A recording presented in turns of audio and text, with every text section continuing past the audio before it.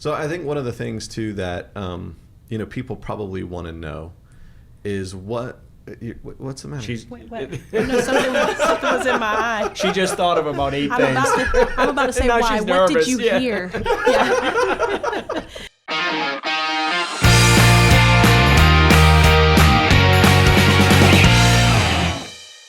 All right, so welcome to another episode of the Contacts to Contracts podcast. I am Brian Lovell, again here with my co-host, Mr. John Jones, and we are going to shift our top producer series today to the real estate side of our business, and we have two amazing guests with us today, in Jessica Roman and Tammy Johnston. Ladies, hello. Welcome to the podcast. Thank you for 2021. Woohoo. Yeah. Leaving 2020 This is interesting. behind. So we're actually going to talk about some exciting stuff today, real estate. Yes. I mean, not many people want the mortgage side of it, right? No. And the meat and potatoes comes to showing a home, right?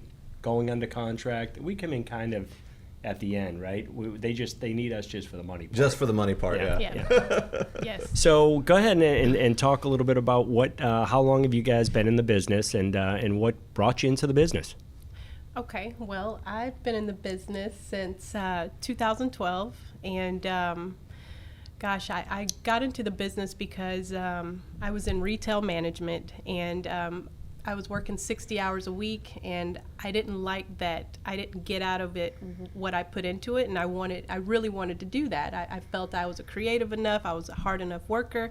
I wanted to do something where I was going to get back everything I put into it. So, of course, I was also an avid HGTV watcher, and that was my go-to when I'd get home, and I just remember watching, I don't know if you guys remember. Flip or Flop, what was the show? No, Clean House. I mean, it really wasn't with real estate, but it was one of the shows on there with Niecy Nash. Yeah. Okay. And you were... House?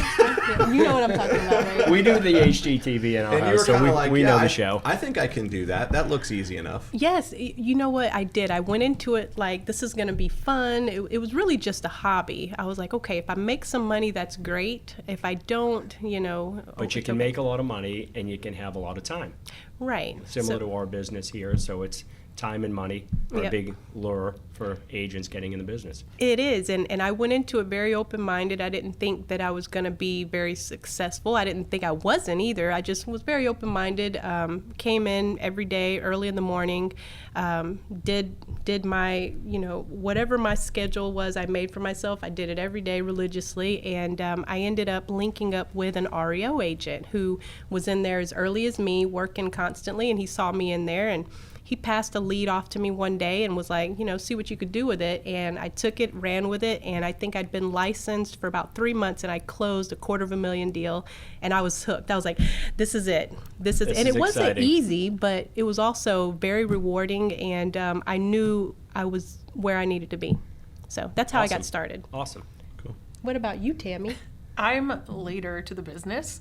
So 2017, I moved down from Connecticut. I had taught for 11 years up north, and teaching just wasn't an option down here because my salary was getting cut in half from where I was to coming down here. So I just started looking into any option. And on Indeed down here, everything was either insurance or real estate. And I'm like, well, I hate insurance. So can't go there. Doesn't sound exciting. And I found selling our house up in Connecticut was just so exciting, and house hunting and all of that. And I was like, you know what, I could probably do this and be pretty good at it because I love dealing with people. And so I got into it, and my first couple of deals were actually with people that needed down payment assistance, and just they got into houses that they never thought they would be It's a great able feeling. to get help into. Somebody like that, yes. And both my first two deals used that $15,000 down payment assistance Yes. that was around for 2017. a little while. Yeah. We know the year. Yes. And both of them cried at the closing table. It was Oh, what a great feeling. it was awesome. Yeah. And So that's what got you hooked. that got me hooked. Okay. So let me put some context to this real quick. So this team did 160 units for $45 million in 2020, but I'm going to have to go with it wasn't always that easy. So what were the early days like for you guys, or gals? Oh gosh. Well, for me, I immediately got into the REO niche, and that was. Here in Florida, that was still a big thing back in Oh, gosh. 2012. So Yes. you had plenty of opportunity there with listings. Oh I yeah, would all the guess. way until about 2016. I mean, we were pumping them out. I mean, that was my business, 100%. Maybe I'd say 98%. There'd be a 2% chance where I would get a buyer and actually work a buyer because you were so busy with it. And then in 2016, it started getting really slow, and the market was just continuing to do better and better. So I had to shift and get more into the traditional side of real estate, and I was able to procure a lot of online leads, and I ended up needing partners. So I partnered with someone, and we created a team. I still had the REO division, or we had a team, an REO team, and then we had a separate team. It was more buyers That's a agents. lot of work. Yes. I mean, well, my team that was REO, they were so analytical, and they were so like, don't touch my things. And then I had my buyers agents on this team that were so outgoing, and it was two very different animals. And bringing them together was like a no-no. So it was two separate teams, and we transitioned into, converting online leads, working with buyers predominantly with that team, and that's where we had to pick it up there. And I forgot what the original question was, actually. You pretty much nailed it. The question was, It wasn't always what were the roses. early Yeah. days like? Oh, So yeah. the early days, it sounds like you were primarily doing REO, Yes. but you did have to make a shift to your business. Oh, goodness. Where would you say your business primarily comes from today? So I'd say 80% of it is residential real estate, and then 20% would be commercial. Okay. And then we dabble with the property management. We're building that division right now, and the REO is starting to bounce back a little bit. So, but yeah, that's about us right now. Yeah, and we hope we don't see anything near what we saw back in 2008, 9, and 10. Oh my and goodness! Going forward I from hope there. not. Yeah. Yeah. Whole different So animal. a whole different amount of equity in property here in Florida, so I know Yeah. that's a good thing. So anybody that struggled through this COVID time is gonna have equity, and if they do have a difficult time continuing to pay, they can sell a house. They hopefully will be With able to equity. sell and be able to get out from under it without a short sale. Absolutely. In this market, they shouldn't have to let it be foreclosed on. There's so many options. So. This is a crazy market. Speaking of that, let's just jump right into that. I mean, so 2020 was a unique year, so we'll talk about what it was like, starting in March of 2020, and how you guys pivot or shifted your business and your business plan to be as successful as you were in 2020. What changes did you have to make there? Gosh, I mean, her and I, we both had to make tremendous changes. I think I'd mentioned to you before, we were just opening a brand new office. It was in the wow. process of being built. Couldn't get out of that. Just signed a lease in February. Wow. Yes, and it was a new build out. So a majority of the year I was in that build out, physically helping out, trying to get it done. And I was on a lot of Zoom calls. I felt very disconnected from my team. There's something to be said about being around each other and the culture. And that was the biggest adjustment for me. I didn't like it. I was uncomfortable. I'm big on body language, so I couldn't sit in front of my agents and see how they were really feeling. I had to rely on tonality, and it was a big adjustment. But, as far as the agents that were out in the field, what were some of your challenges, Tammy? I mean, I know some. I've heard about several of them, but I know you guys were doing video calls with walking through houses, and we were very virtual. Yeah. Yeah, I worked with a couple buyers where I was just FaceTiming in houses, but I think the biggest issue was just the crazy drop in inventory. Just there's People pulled property off the market. And people were not comfortable listing their house because they didn't want strangers walking Sure, through sure. them. So just masking up and getting into whatever we could, and then even today, recently, it's still just such low inventory that every house, waiting in lines to get in. Wow. I have one buyer, I've been working with him for, oh my gosh, like maybe 8 months. And we waited in a line down the block, and it was a West Chase pool house. And I guess that's I'm still have not found him You something. had me at pool, right? I mean, Oh a my pool, if gosh. the house has a pool, forget done. it. Yeah. I mean, Yeah. it's done. Done. Doesn't matter what Yeah. the house looks like. We Yeah. want the pool. $1 million. Wow. So 20 8 months 20 later, this offers. buyer's still looking for a home. Wow. Still looking. Wow. So So it's there's a just- message out there for you potential home sellers, right?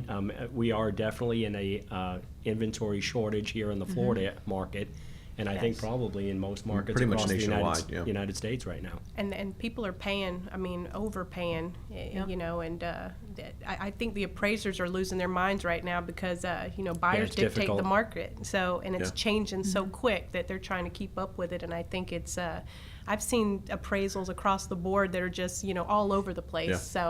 So, this is a really good time for sellers. If they really want to get the most for their property, this is it right here. Yeah, I mean- between that and low interest rates. Oh it's- gosh, it's and that's why we have amazing. so many buyers right now. Right. It's Yeah. it's perfect recipe to get out there and buy. So So we were having some conversation, kind of go off topic a little bit, but there is certainly a lack of inventory in the market. And John, you and I have had some conversations about. We believe it's at the mid tier. So that's that homeowner that right now lives in that $285,000 home. That instead of upgrading to the $450,000 home, they're doing renovations to their home that they currently live in because they're finally making the changes that they wanted to. A lot of them are doing cash out refis or renovation loans or whatever that is to do that. But do you kind of feel that might be a little piece to the inventory issue? Is that particular homeowner who normally would have maybe moved up in this scenario is choosing to stay in the house they're in, just finally make the improvements to it that they want? I would agree. I would agree with that, and I also think there is the whole fear with the inventory of them if they're moving locally. A lot of people have been on the fence because they want to find something before they even put it on the market, and it's like, oh my goodness. And in this market, you can't have a contingency to sell. You've got people bidding, 10% over asking price, and they're not winning it. So Yeah. So it's really important for people to know that having a contingency to sell in order to buy is it's really difficult in this market. You so- really you don't want any contingencies. You're not asking probably for seller concession. Yeah. So if you have buyers that you're working with that need that, I mean, it's difficult for them right now to enter the market for sure. What would you say is the average time it's taken a buyer to find a home in this market? That's for you. I think it depends on, what their situation is. The one that I've been working with for 8 You months. have somebody you just mentioned that's and that's then missed out on 12 somebody, homes. Yeah, now. another one we just yesterday submitted a 12th offer. One of the offers was 15 over ask, Wow. and we still lost out. We even agreed right up front to pay $3,000 over the appraised value if it came in a little low. Still lost out. Almost every offer I submit with them, we're competing with about like a minimum of 10 other offers, 10 to 15. And I mean, we've been very aggressive since November, and Wow. 12 offers. It just Wow. so it depends on the. We've noticed a tick up on our side too, because one of the things we track is from the time that, say, you hand a referral to a loan originator to it actually closing. We're measuring that number of days. Now, I break it down in two ways: the number of days it takes from the time they went under contract to it funding, and then also from the first day they talk to an LO to it going under contract. Right. The first part of that, how long is it taking to go from contract to funding, hasn't changed any. Right. Yeah. But it's gone up almost on average 7 days from this time last year to it's taking 7 longer days. So we're up to over 40 days is what we're seeing from the time that we initially pre-approve a buyer to them actually going under contract on something. Right. Yeah. And what's interesting about that is, and tell me if I'm wrong, but I would say, in most price ranges, if the home is priced correctly, it sells in a weekend. Yes. Right, so the listing is up and gone, but It the is. buyers are hanging out for 5 weeks. Right. Yeah, the last, I have 2 listings right now that went under contract within a few hours. I mean, I didn't pin it within those few hours, but I think the last one was that commercial one I was telling you. It had, I think, 12 offers on it. You said that you submitted your 12th offer, but we had 12 offers in it, and it gets a little crazy when you've got it all out there and you're like, okay, because they're all so competitive, and you're getting down to the nitty gritty. We're calling loan officers just to see how good this buyer is. Yeah, right. People are submitting letters telling how much they love the house, who's going to live there. People, I mean, it's a little crazy. I was going to ask. So since you bring that up, if you were to get a phone call from a loan originator, yes, that was basically making their case for their buyer, I have. I've had you several would consider times. that. Absolutely, and I almost think that's better than the letter from the people that are wanting to buy it, because this is the person that's going to ultimately make sure this deal follows through. Crosses the finish line, yeah. And I appreciate it so much, because for one, I know that I have more confidence in this buyer from my seller. Also, that this person is going to communicate with me and be approachable and answer the phone and talk to me throughout the process, because that's another thing that sometimes Communication is key. Oh my goodness! Even if there's no news, tell me there's no news. So that's always really important to me. And okay. I mean, we had one that closed, and we had a problem finding an appraiser to go out there. I guess they were so overwhelmed with refis, and no one would pick it up, and we were like a week out past where they should have gotten out there, and it was actually one of you guys, Chance, and so good at communication. I mean, all over it, and that's something that I think people need to consider when they're getting ready to buy. Make sure they have good representation across the board. With a local lender that you know how to get a hold of. Absolutely. That will answer your questions. Yeah. Oh my goodness. Sure. Going straight online to, I'm not going to mention names, but I could, and whenever we get certain, pre-approvals from places, I'm just like, oh. I'm sorry, and I want to educate. You can't educate other people's buyers, listen, but it's like, I totally get it. I totally get it, especially from your standpoint of saying you're getting so many offers on a listing. If they're financed offers, the name on that letterhead matters, especially in a local market. Oh my goodness, big time. Yeah. Wow. Yeah, the last thing you want is a seller saying, telling the seller the deal's not going to happen when you had 12 offers. Yeah. Right. That's true. It makes us look bad. A little stressful. Big time. Yeah. So going back a little bit, and where we were conversing about earlier, we were talking about the change in the market, or the shift in the market in 2020. So obviously there were some things about the way you did business that had to change. Were there any changes about how you earn your business, either representing buyers or representing sellers? Did you have to shift or change? What's the word I'm looking for? I guess the strategy to how you're obtaining your business.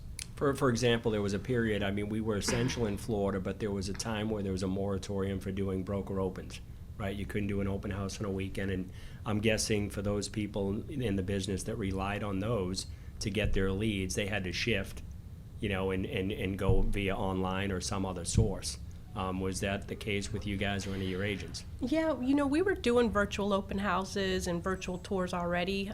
Not on every listing, but we got pretty consistent with that, and we made sure we were really having to educate our clients on being more virtual and learning how to use DocuSign or Dotloop or whatever the e-signature platform we were using. So it was a lot of education. We had to up our game in emotional intelligence. Everybody's trying to read them. Oh my gosh, everyone's going through the same thing, but in their own way. So I think that was a challenge, and we've done pretty well. We've got a good group, and a good tight knit group, and I think everyone did really well with it. And but yeah, mostly getting 100% virtual when we needed to, and making sure we took the precautions, letting people know that we take everything seriously. We're going to make sure we keep you safe as much as we can, and as ourselves as well. So what were you doing, Tammy? Well, not being able to do open houses was kind of a shift. So that would normally be a big part of your strategy. Okay. Just getting face-to-face with people. Building that 'cause rapport, it's always, that's the sellers, we don't want to tell you, but it's not always about selling your house, but it might be about generating a lead for an agent that if they don't like that house, there's there's hundreds out there in the market that you can show them. And being able to have that in-person conversation rather than calling strangers and trying to make that connection just Transactional, right over the they're just on phone. to the next person. And you can, but then, then somebody else calls and tries the same, but the face-to-face was kind of my strength. So Yep. it was a little difficult, but still found some people, a lot of out-of-state people. So it wasn't terrible, but I do miss the face-to-face from open houses. Now, are you back doing some of that here in I have Florida? not. I've not done open houses yet. Okay. I think there's still a lot of unknown people, kind of hesitant to go to open houses. But I am doing, in-person showings, and we mask up. The houses that require take your shoes off, put your gloves on. We just kind of adjust to the houses, but it's starting to feel a little bit back to normal, even though the country doesn't feel like that. Yeah. Yeah, a lot of sellers don't want, that are occupying the homes, they won't. They don't want you to do an open No. house. Not at all. No. Yeah. Now, on vacant properties, we've been pretty successful because we don't have to follow people around. It's more open. Things are open. You take a tour. We don't have to. You don't be need to right do an open house right now if you're a seller. I mean, you're going to have an offer. That's another thing. I mean, yeah. before Yeah. that open house happens Sunday, if you list on Friday, you probably have 2 or 3 offers by Crazy. Sunday morning. It is crazy. It really Sometimes is. sight unseen, and I've heard agents now, on the flip side, is they're requiring that the buyer actually visit the property, and they don't want to take offers sight unseen from, quote unquote, maybe hedge funds, investors, or people that are just going to come in 3 days later, inspect it, and say, hey, I don't like it. We'll Deal's still off. buy it, but we want you to cut the price. Yeah. Correct. Try to negotiate after that. We still get those from the hedge funds. We still get those sight, and we know it's sight unseen. Right. I mean, after you've You done put it so on many the MLS, deals, and here comes the offer. As soon as you see the articles of incorporation, you're like, yeah, no, I already know what y'all are gonna do. I hate to say that, but in this market, you're not. Yeah. There's not a lot of. You're We've- not getting we've- deals like We've you had were. that, I've spoken to some agents that have run across that where, folks are so desperate, they're losing out on offers that they're having just regular buyers. As if they're do it making full price offers sight unseen. Sight unseen, and Right. even in that case, that you still rely on that they have to like the neighborhood. Right. I mean, if they don't have Google Maps, I mean, you can't get the perspective if you haven't already at least driven the neighborhood and seen who your neighbors potentially might be. Right. And that can be a deal killer. So agents have said, nope, I want to make sure you've been in the property, physically looked at it, not just virtually, because when you come out to inspect it, if the floor plan isn't what you thought it was, that's Right. going to kill the deal. Yeah, no, and it's funny because there's been a lot of investors that aren't in the game anymore. They're taking a break because it's so hard to get a good deal right now, and it's good for people in neighborhoods because it's stabilizing neighborhoods a little more. It's not investors putting renters. It's homeowners, people that are actually going to live there. So, there's positives too, and Yep. and Yeah. everything repeats. Full you know, circle. So, Yeah, it does. yeah. So I'm going to take you back a little bit. You got into the business 2012, so 8 years. Was your growth trajectory kind of always the same? Was it a big spike? How did you go from, your first year, I'm not sure how many transactions you did, to the team doing 160 in 2020? Well, so in 2016, I started that other team, and we had to add buyers agents quickly because we were just generating so many leads, and we got them trained in e-leads and conversion, and that first year we did really well. The second year, both teams were in the top 1% with the company. And in 2019, my business partner for the Welcome Home team, not my REO group, but she took a position, a salaried position. She wanted something more stable, so I had both teams, and my challenge was to merge.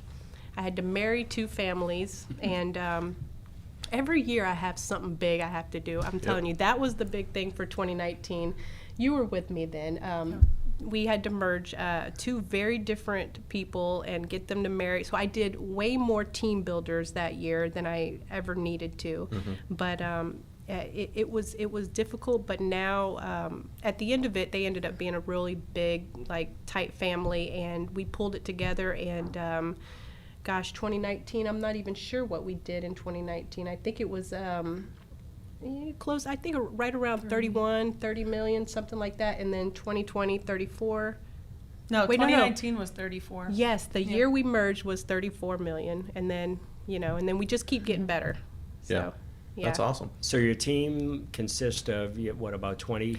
Okay, so we have 20 people, 8 different languages within the team. Wow, So very that's awesome. diverse, lots of different backgrounds. It's great. And I'd say for the better part of 2020, there was probably 12 agents that were consistently working. The rest took some time off because of what was going on. So I see this year, I mean, everyone seems to be picking back up again, and we're just gonna rock it this year. It's gonna be great. We're still growing, and we're expanding and creating divisions within the team, just because there's so many, great people on the team that are looking to do different things, and it's going to be a good year. Yeah. It's going to be really good. Yeah, I mean, to hear about the resiliency is pretty great, and I think that, you kind of just said, like, it always seems to be something. Yes. And I think you can't look at that negatively, No. right? But I think you have to look at, 2021 is going to have its COVID. We just don't know what it's called yet. Yes. And 22 will have something else. 2022 will have something. We don't know what it's called yet, but there's going to be something that's going to challenge you, that's going to require you to overcome, that's going to create opportunities. Yes. And kind of one of the questions John and I always like to ask is, what role does like business planning play in you helping take your team to whatever the next level for you guys might be? So what I do within the team is we have small collaboration meetings, because I think there's so many strengths in different members that I like getting the feedback. So if I'm thinking on something that is a good direction for the team, I'll pull a few people in that I know would have some good feedback and maybe have some experience in this. And these are more the senior members. It's not everyone. I've several people on the team have been with me for 5-6 years, and I trust them, and I know they know their stuff. So, and that's how I move forward with it. Ultimately I'll decide, but I rely a lot on my senior members to give their feedback, because what they say is important to me as well. So, but yeah, so it's kind of a working together. It's truly a team. I'll say I'm not a, I don't rule with a iron fist or anything. Do you ever put units and volume to paper?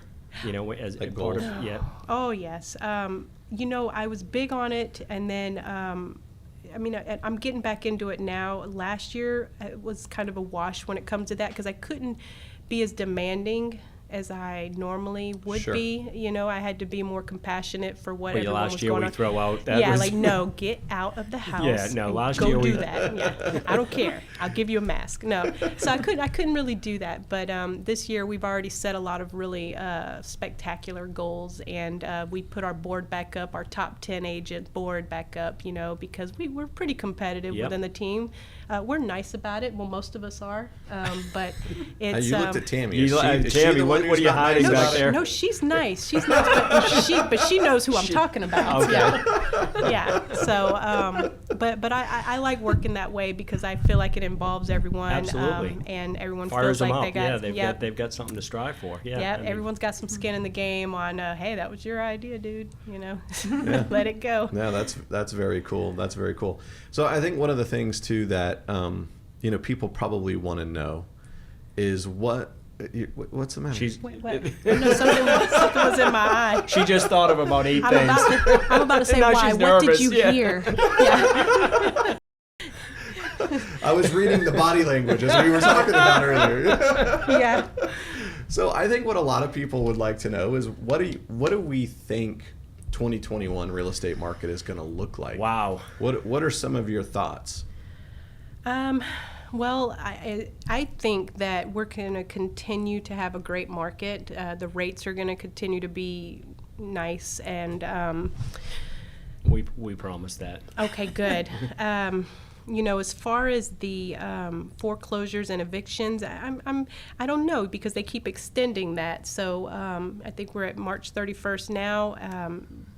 The new president what I've read is he plans to continue to extend that and come up with a lot of programs and plans for people to get themselves back together financially. And so I think we're going to continue to have a really great year. And I think commercial real estate, residential real estate, it's all going to continue to be really good this year. And that's what I believe is going to happen. So it's interesting about that. So I know your team does a little bit of commercial too. Yes. And I guess a lot of us by now would have thought that the demand for commercial property would have gone down significantly because of COVID and remote workers, but it doesn't seem like the pricing has. What's the story? So it's the same thing with me. I think because rents are so high right now in the commercial side of things, a lot of my clients are looking to purchase because of the rates being so low, and it just makes sense for them to look for a commercial building or commercial space to just purchase outright, and then their payments are much lower. And I'm surprised with the rents. What's the inventory like for that? The inventory is very similar. It's a bit better. There's a little bit more, because that's a different caliber of price ranges usually. But so in the lower price ranges, of course, it's like bread and butter gone. But it's still low. I think it's low for what's out there. I would have thought rents would have come down. Well, that's what we're all hoping for on the commercial side. And they're not. No.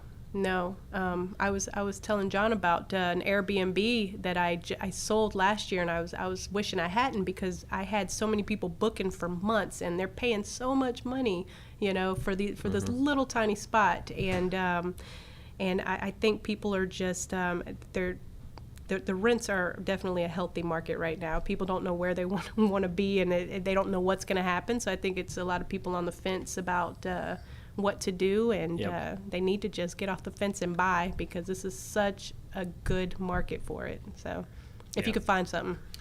Is there anything that we didn't ask you that that you wish we would have?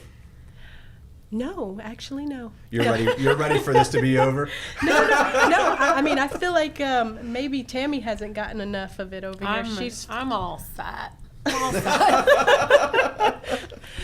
No, I mean, I want to add what I can and try not to sound, say anything that's going to be incriminating or make me lose my license. And, But you and your team, you're full service. You offer, a variety of services, not just real estate related, but title, mortgage, and what else do you have that's available? Absolutely. We title, mortgage, insurance, home warranty, property management.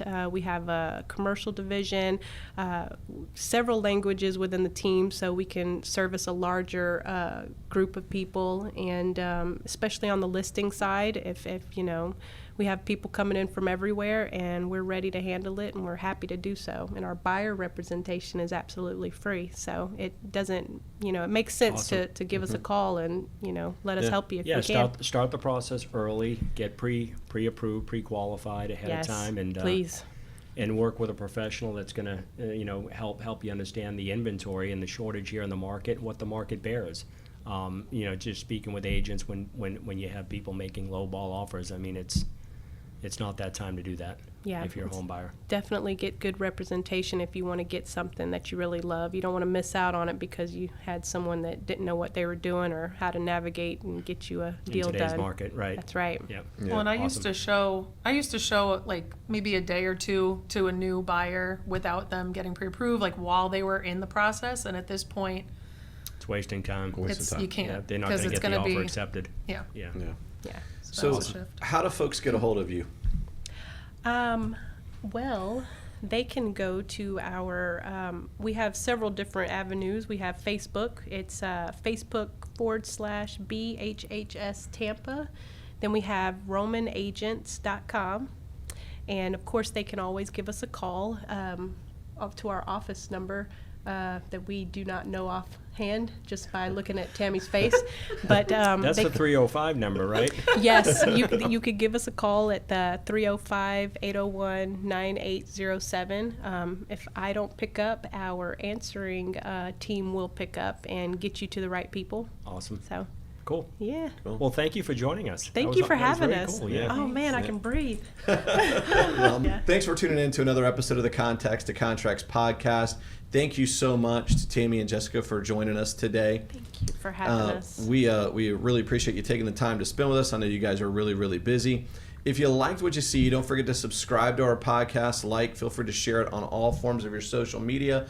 On behalf of John Jones and myself, we want you to always know if there's anything that you need, we're here to serve.